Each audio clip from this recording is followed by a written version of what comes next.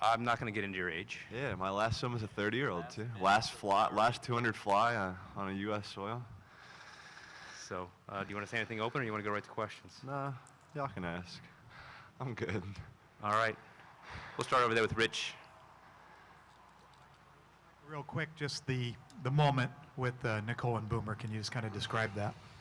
I wanted to go over and I've always given my family my flowers and stuffed animal, and that's, I guess, his first stuffed animal from a race. So I just wanted to share that with them, and I don't see him every day. I try to, but if I do, it's for a very short moment. So any time I have with him is always very special. Go, Karen. Yep. Could you describe that last 50? Awful. That's all you gotta say. No, it's, honestly, I said to Bob, I said I wanted to be 122 at the 150, and I was, and I haven't felt great in the water, but this is, like I said, I'm checking a box off, being able to get on the team, and we have a little over 30 days to prepare ourselves for the next time that we race, and Bob and I have talked about some things that we probably can change between now and then, and just move forward, and by no means am I happy about going 154, but I'm happy to have the opportunity to represent my country at the Olympic Games. We'll go Dan and then Nicole.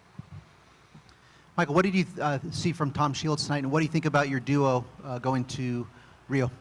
Tom and I swim pretty much the same way. We take it out, we step on the gas the first 100, and we see where we stand. I've seen Tom put together some pretty good 200s a butterfly over the last couple years. I think his stroke is getting a lot better. So it's exciting that we'll be able to train a little bit together and kind of race each other in the training camp, which is something I look forward to. Bob, what does five-time Olympian mean to you? It means we've been through a hell of a lot. A hell of a lot together. It does. Jesus. I've been out there a lot of Used to be times for brown. those little ceremonies, and I think that's Allison first and his second. This is the first time I cried, so that's it. That's what it means to me. Michael, it looked like you, it was great seeing you go over to your child and reminiscence of 1976 when Gary Hall Jr. were there. You looked like you whispered something in your child's ear. Could you share with us? Was there I didn't whisper. I was just giving him a kiss, and he kind of made a couple grumbling noises, and he was sound asleep. So I don't know if he was awake during the race, but he was definitely sound asleep right then. It's just special being able to have Nicole and I's firstborn, being able to be a part of the journey that we're on right now.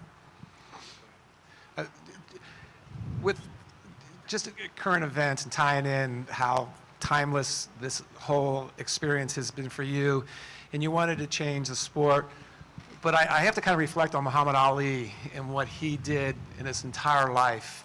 Did he impact you in some way? I mean, did you ever meet him? And upon his death, did you reflect on those type of magnificent impressions he made in the world? I had the privilege of spending a few moments with Muhammad Ali. My first one was before the 2004 Olympics. And I'll never forget him holding his fist up to my face and saying, "You better win all those gold medals." And then a few years after that, we had spent several times together.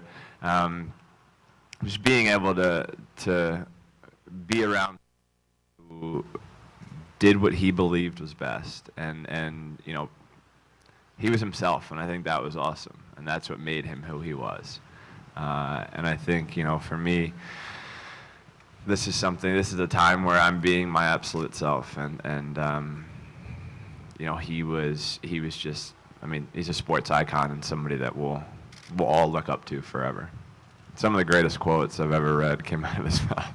I was reading, it was like top 24 or top 20 something that was written in a newspaper, and I was laughing at some and nodding my head agreeing to everything he said. Michael, to your right, your relationship with this event, the 200 fly, everybody talks about, was your first Olympic event in 2000. But not only that, this was the event that when you came back in 2014, you said, I don't think I can do this one anymore. Can you just kind of expand on the significance of you making the 5th Olympic team in this event after the last couple of years? You know, like you said, this is the first event I ever made the Olympics in 2000, and we had some good races and some not so good races in this event in our Olympic history.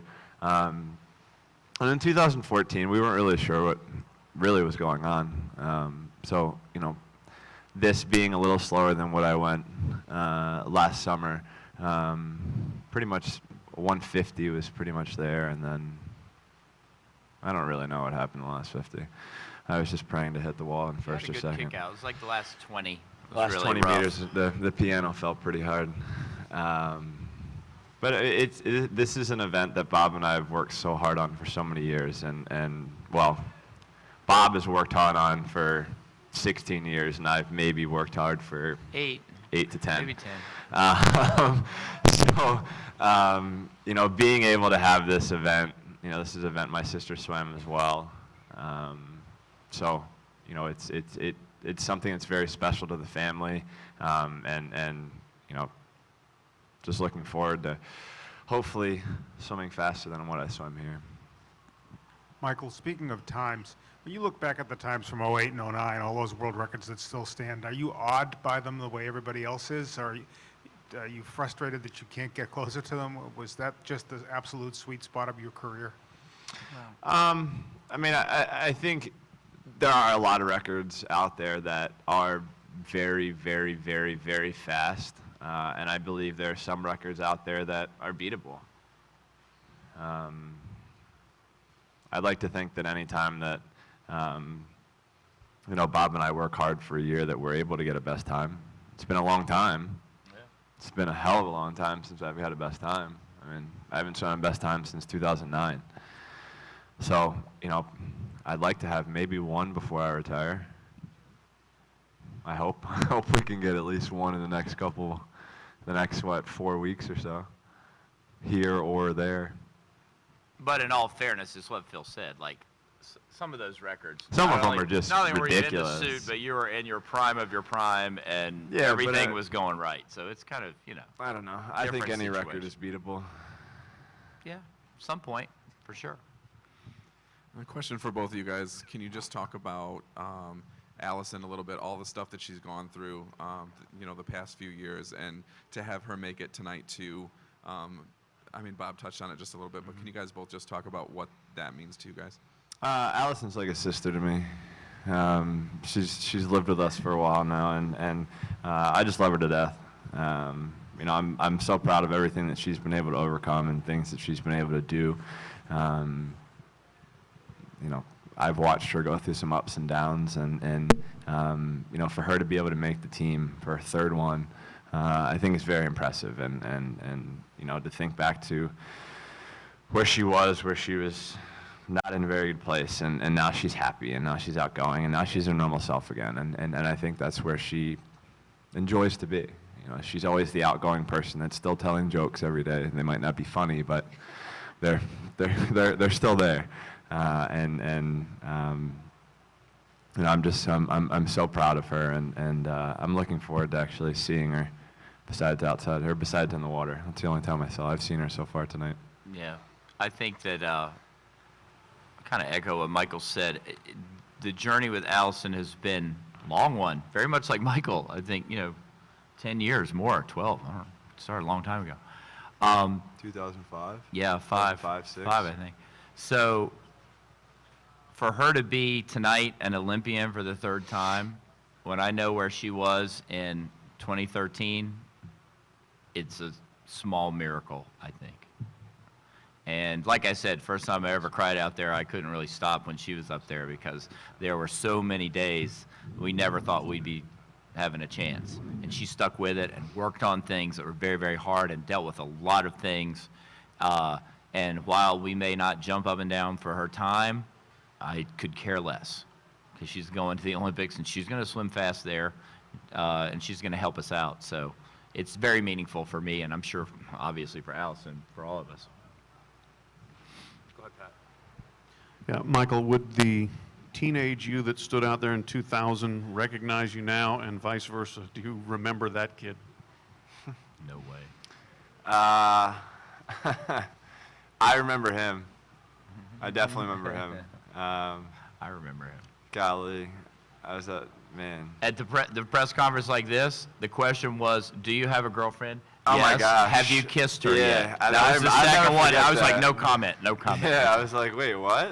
So we've kind of progressed in the subject matter over 16 years. I don't know if he would recognize who I am today, but I definitely recognize him, and I recognize the journey from, from the start of it when Bob and I first started back when I was 11 years old, and to where we are today at being 31 tomorrow. Over the last 20 years, 2 decades spent together. It's been the best 2 decades of my life. Maybe. It's the only Sometimes. 2 decades. Well, you had 10 before. The But, 10-year-old I didn't mean, care. we've had a Everybody lot has of- a good first 10. We've had a lot of great memories together. Noon? Oh, that's awesome. That's awesome. Michael, when you came down in the mix zone, you were, Yeah. a tad emotional. You had to kind of catch yourself there. Sure. I'm just curious if you can put into words, articulate why this means so much to you. What it is about this that means. I mean, that much. just sort of coming back. I mean, coming back and being able to have the opportunity to finish how I want. Yeah, I mean, like I said, I'm not happy about the time, but being able to make my 5th is something that means a lot to me, and that I think, 20 years from now, I'll be able to look and be happy with making that decision to come back. Even when Bob looked at me and said, "You were crazy about wanting to come back," I'm doing this because I wanted to, and thinking about sort of the ups and downs that we've gone through, both in the pool and out of the pool, to get to this point, and not feeling an absolute 100%, but still being able to get the job done. Yeah. I think that's really why, and I think just sort of where I am in life. I think things are probably going to hit me a lot more emotionally now than what they would have in the past, because I'm enjoying the moment, I'm embracing the moment, and taking it one step at a time. And every time I've walked in to this building, kind of for finals, I've kind of gotten chills and just feel that excitement literally as soon as I walk through that door after bag check every night. So it's just a great experience for me, and like I said before, hopefully I can just build off of this and go out and have some fun now. The pressure's off. Yeah. I'm going to go Karen, Beth, and Nicole, and then we'll see Michael tomorrow. Yeah. Good. Michael, how important was it to you to get a shot at getting that gold medal back from Chad? And when you weren't at 100%, how much motivation did that provide? I mean, I've definitely thought about that race. I actually just watched that race for the first time not too long ago. I was so anti-watching that race because I just didn't even want to bring up the memories. I noticed a lot that I did in that race that I'm not going to do again. And I think I'm a lot more prepared this time than I was last time. So, we have 33 days left before they start. And then I'm looking forward to that race. I mean, I didn't have the chance to race him last summer. I'm looking forward to having the chance to race him this summer. Yeah. Michael, the first half of this meet has been a rough go for some defending gold medalists, Missy, Ryan, Grievers. Do you look at that at all and think, really nothing is a given, and you got to try to go out there and grab it? Yeah, I mean, you've seen that not only happen at this Olympic trials, but I mean, you could see it in past Olympic trials as well. I mean, if you're not ready that day, you're not on the team. You have no chance.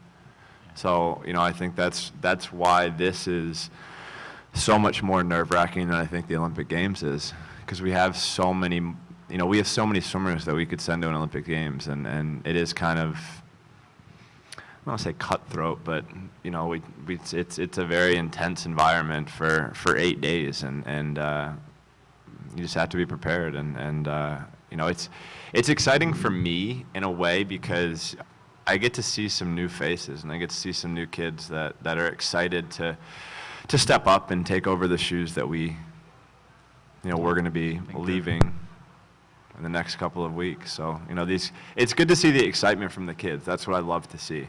You know, because there have been some times where I was kind of second guessing to see if we had really exciting kids that were ready to step up and fill our shoes when we leave. But I see that more and more in the sport every day, and I think, you know, I might not know half of the team, but by the end, I have a feeling I'll know the whole team. Michael, kind of piggybacking off that idea, earlier Dave Marsh was talking about kind of the new faces coming into the team, and he was talking about your leadership, particularly over the last year. How do you envision your role on the Olympic team? You know, it's kind of the same thing that I've kind of been doing now, even here at trials. You know, there are some people who are asking of what, you know, I mean, like I said yesterday, there's a kid who asked me, what do I think about before a race? Nothing. I mean, what's the point about thinking of anything? You're just going to, you know, kind of psych yourself out and might as well just go out and race. So kind of just like little things like that I've been sharing with other people. And you know, for me in 2014, I had a blast being there with all the new faces that we had in that team. I was disappointed not having that opportunity last summer. But looking forward to that opportunity again this year where we will have some fresh faces and maybe some kids that I've never heard of. But it'll be exciting for me to kind of pass the torch and to help them enjoy their Olympic experience and get the most out of it. All right. Thanks, everybody. We'll see you tomorrow afternoon.